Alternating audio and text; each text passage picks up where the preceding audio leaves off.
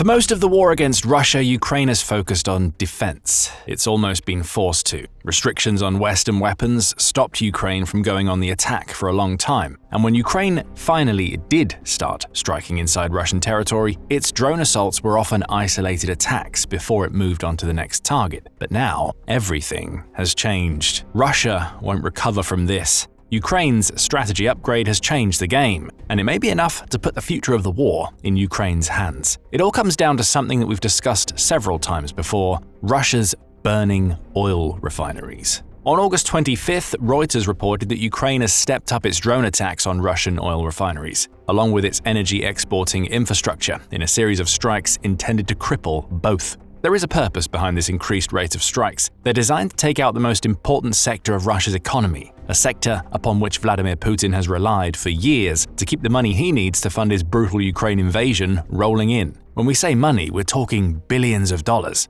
In 2024 alone, Russia earned $192 billion from its crude oil and oil product exports. That amounted to a 2% increase on the money generated from these sectors in 2023, even though Russia sold 350,000 fewer barrels per day in 2024. Not bad for a country that is spending up to $1 billion per day on the war that Putin started, and one that relies on oil and gas revenues to account for about a quarter of its budget revenues. Ukraine knows that it needs to do something about that massive cash flow, and August has seen it take action. A series of strikes conducted throughout the month has resulted in 10 of Russia's oil refineries being damaged and, in some cases, forced to go offline. According to Reuters, this has caused disruptions to 17% of Russia's oil refining capacity, which amounts to 1.1 million barrels per day. Russia has attempted to adapt to this. On August 26th, Reuters reported that Russia had revised its crude oil export plans from Western ports up by 200,000 barrels per day. On the surface, this may make it seem as though Russia is selling more oil, but that's not what's happening. Crude oil is oil in its raw state, practically unusable. Crude has to be turned into some form of oil product, which is where refining comes into play. Refined oil products, which include gasoline, diesel, airplane fuel, and the like, are worth a lot more than crude oil. So Russia wants to refine as much as possible. It makes more money that way. The fact that Russia is now increasing its crude exports projections is a sign that Ukraine's focus on refineries is working.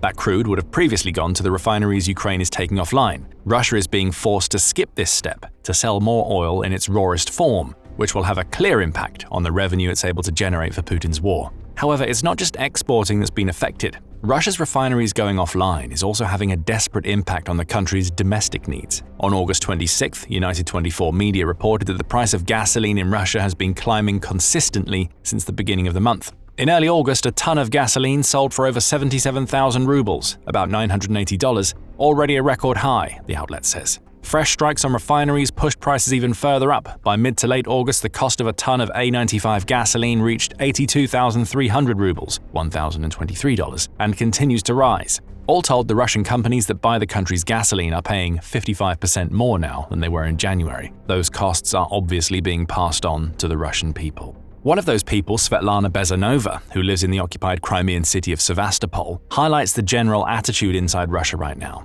"We will endure, but this is a big hit to our family budget, a big hit. It's really noticeable," she tells Reuters. Bear in mind that this is coming at a time when Russia's monthly inflation rate has been above 9% for most of 2025, sometimes rising above 10%. It's only in July that inflation finally dropped below 9%, and even then, it was only just, with the last recorded rate being 8.8%. Prices are already rising quickly for everything in Russia. Fuel prices rising even higher due to Ukraine's strikes really puts the squeeze on the average Russian's bank balance. Those people may be enduring it for now, but for how much longer? Compounding these domestic problems, the supply of gasoline and other refined oil products in Russia is now so low that the country is being forced to ration fuel in some locations. The Wall Street Journal says that parts of Siberia and occupied Crimea are already seeing rationing implemented at their gas stations. Whenever fuel happens to be available, it's being sold at much higher prices than ever before. Perhaps some of Russia's gas stations are even taking part in price gouging on top of the already increased prices they're charging, and why wouldn't they? These gas stations have a product that is in very high demand and has an extremely limited supply. Making hay while the sun shines could make sense to an unscrupulous gas station owner who wants to make the most out of a bad situation. In other areas of Russia, a seasonal influx of tourism is creating even more pressure. According to Reuters, Russia's far eastern port of Vladivostok saw long car queues at gasoline stations. The shortages are due to a seasonal influx of tourists, local authorities said. The reality is that Russia is experiencing a fuel crisis, one that the country is struggling to contain. United 24 reports that the Kremlin is trying to crack down on suppliers who naturally want to sharply increase the retail prices of the fuel that they're selling to Russia's people. That's a problem. It shows that the higher-ups in Russia appear to expect gas stations and similar companies to absorb the 55% increase in fuel costs they've seen since the beginning of 2025 without passing those costs on to consumers. Russia has also banned gasoline exports since July 2025 to keep domestic supplies as high as possible. Yet all of these efforts to conduct damage control are failing.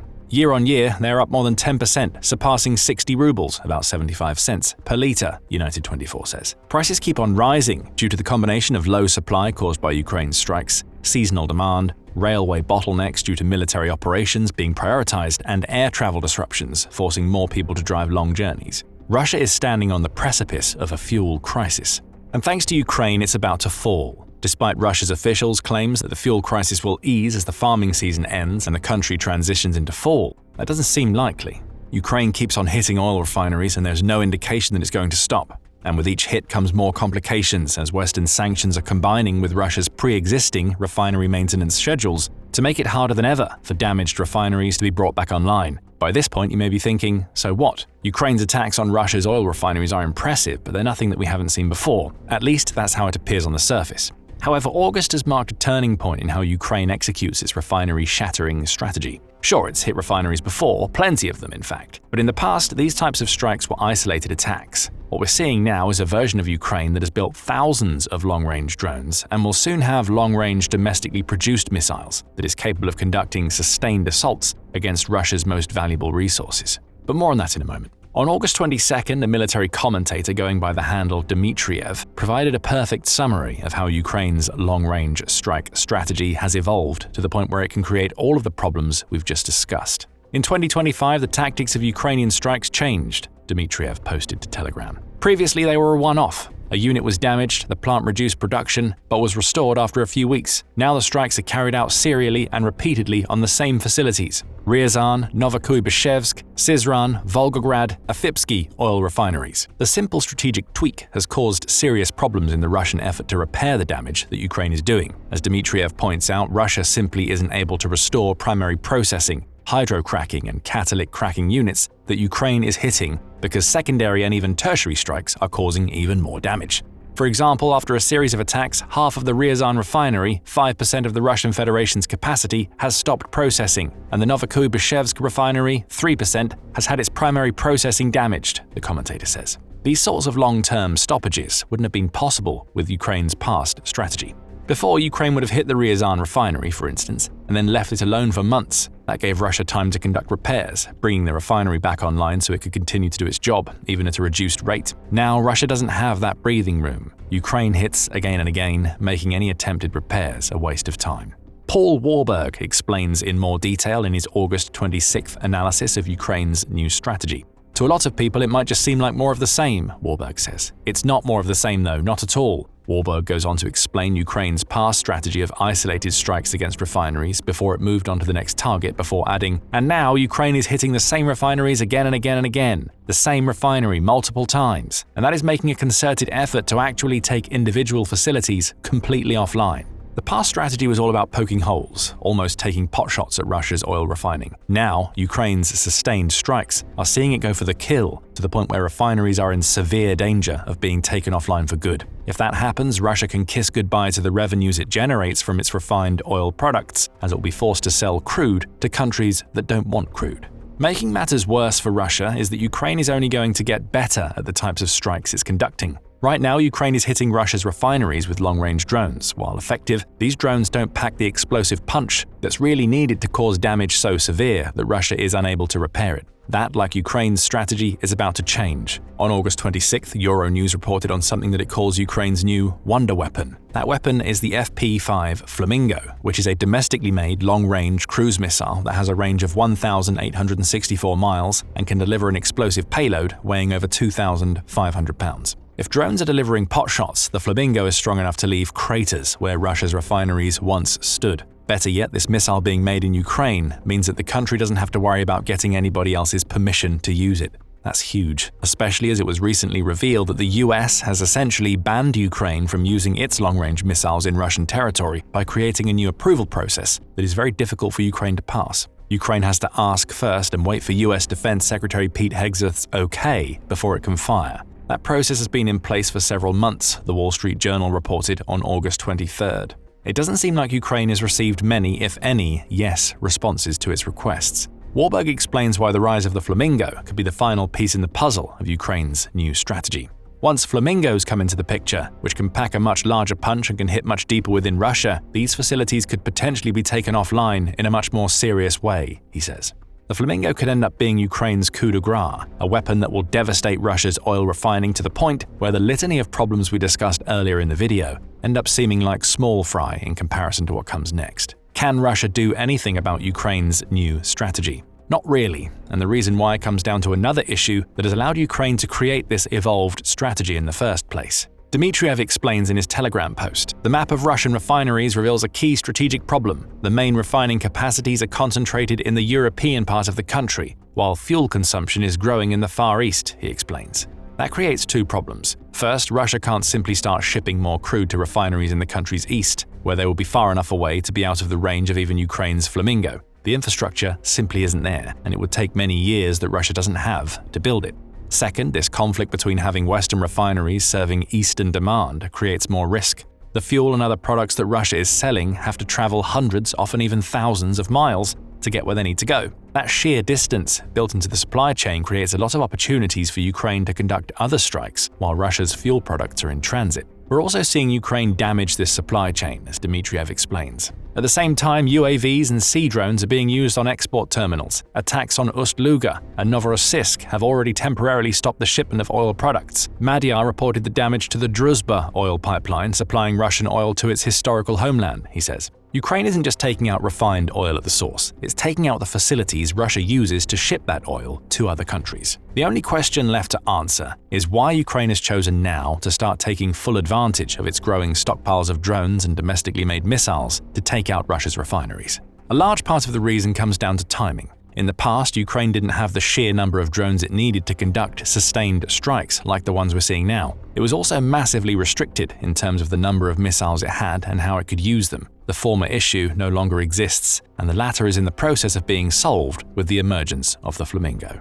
However, there are other reasons, one of which comes down to Ukraine being sick and tired of its allies doing business with Russia while simultaneously condemning it for starting the war. Ukraine is finally willing to say that enough is enough, Warburg says. People have been trading with Russia for a long time. We've expressed our frustration about this. We're done. Warburg has a point. According to the Center for Research on Energy and Clean Air, the European Union or EU's purchases of Russian fossil fuels in 2024 surpassed the amount of military aid that it sent to Ukraine. The difference was stark. $22.9 billion spent on Russian fuel versus $19.6 billion in military aid. Ukraine can argue, perhaps rightly, that the EU cancelled out whatever advantage it might have provided to Ukraine with these purchases. Despite all of the sanctions and condemnations, the EU kept pouring money into Putin's coffers, giving Russia what it needed to continue the invasion that Russia's leader started. There's an element of hypocrisy here, of Europe trying to have its cake and eat it. Ukraine's response in 2025 has been to strike Russian refined oil, along with liquid natural gas and energy transportation infrastructure, at its source. The logic is simple. Nobody can buy Russia's fossil fuels if those fossil fuels are on fire, and the refineries that made them have been reduced to rubble. But that's not all.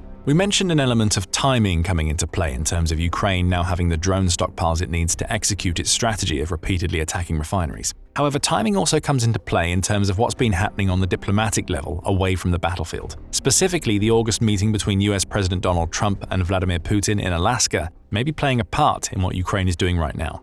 That meeting ended up not achieving a whole lot, at least from the Ukrainian perspective. It certainly didn't lead to Putin agreeing to end the war. Just days before the Alaska meeting happened, Trump was telling Putin that he would face severe consequences if no peace deal was reached. Presumably, those consequences would have been the secondary sanctions Trump had been threatening before. To Ukraine, Putin was able to use the Alaska meeting to get some face-to-face time, counter the isolation that had been imposed on Russia since February 2022, and come away without having agreed to anything that could benefit Ukraine. In the days since that meeting, Russia has also ruled out the possibility of it accepting any European troops entering Ukraine as part of a security guarantee, meaning its demands are essentially unchanged. So Ukraine's upgraded strategy is the response. It's now doing what the US sanctions would have done by taking refineries offline. This is power projection from Ukraine. A message is being sent to Trump showing that if he truly wants to bring peace to the Ukraine war, then he needs to act fast. Ukraine isn't going to wait around for him anymore, and the US is at risk of becoming a non-factor. Speaking of messages, Ukraine's new strategy sends one to Russia as well. It's identified Russia's biggest weakness. The Silicon Curtain YouTube channel explains, stating, "Russia's oil and gas industry, once a source of economic strength, an extraordinary economic and geopolitical weapon, has become a vulnerable spot, a real Achilles heel for the Russian economy and for Putin's war machine."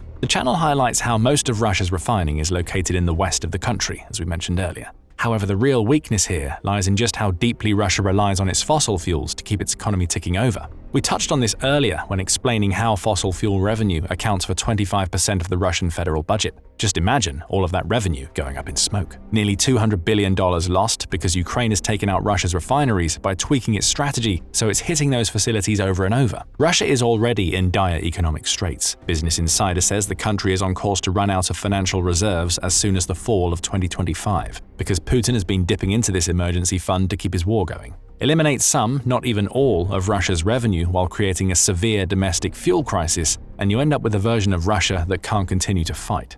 Russia's sheer size is also a weakness, as the Atlantic Council notes when covering Russia's fuel crisis. By launching waves of airstrikes across the country, Ukraine now intends to exploit this vastness and transform it into Russia's greatest weakness, the Council says. The Kremlin simply does not have enough air defense systems to protect thousands of potential military and energy targets spread across 11 time zones. For centuries, Russia has relied on its vast size to defend itself. That size isn't a factor anymore. Ukraine doesn't need to hit the eastern half of the country because the refineries it's targeting are in the west. Drones and missiles don't face the same weaknesses as troops on the ground trying to march hundreds of miles. With one strategic tweak, Ukraine has changed everything. And there's another Ukrainian mega missile Russia has to worry about besides the Flamingo. Find out what it is in our video, and remember to subscribe to The Military Show for more videos covering Ukraine's ever-evolving tactics. And thank you for watching.